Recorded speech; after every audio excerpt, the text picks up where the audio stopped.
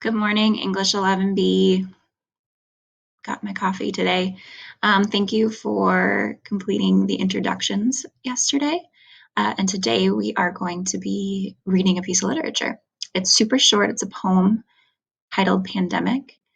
And the reason why Mr. Johnson and I decided we wanted to start off class this way is because English 11 is so much a part of reading these texts, these historical texts, and diving into how they reflect history.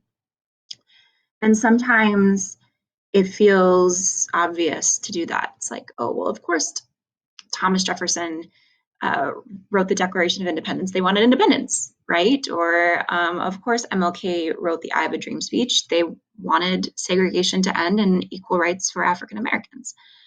But it's really interesting to then think about what's happening right now in our world. And we have this completely unprecedented event happening in society right now that's impacting every single person differently.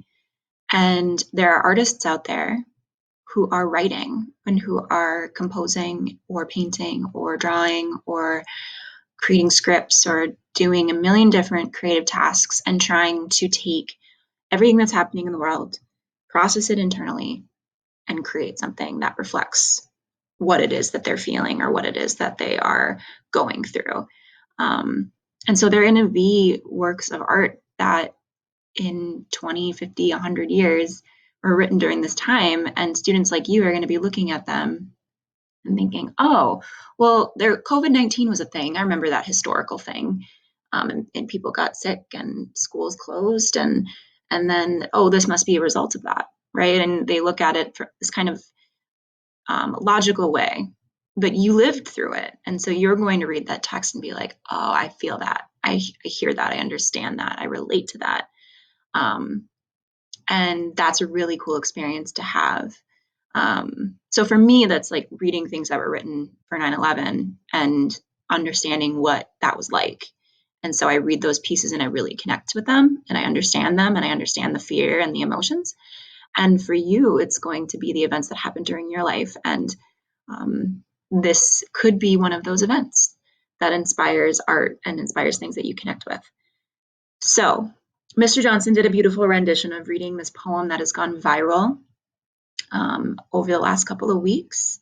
And it's a piece of art that took off much faster than anyone anticipated. It's a short poem about what life is like right now.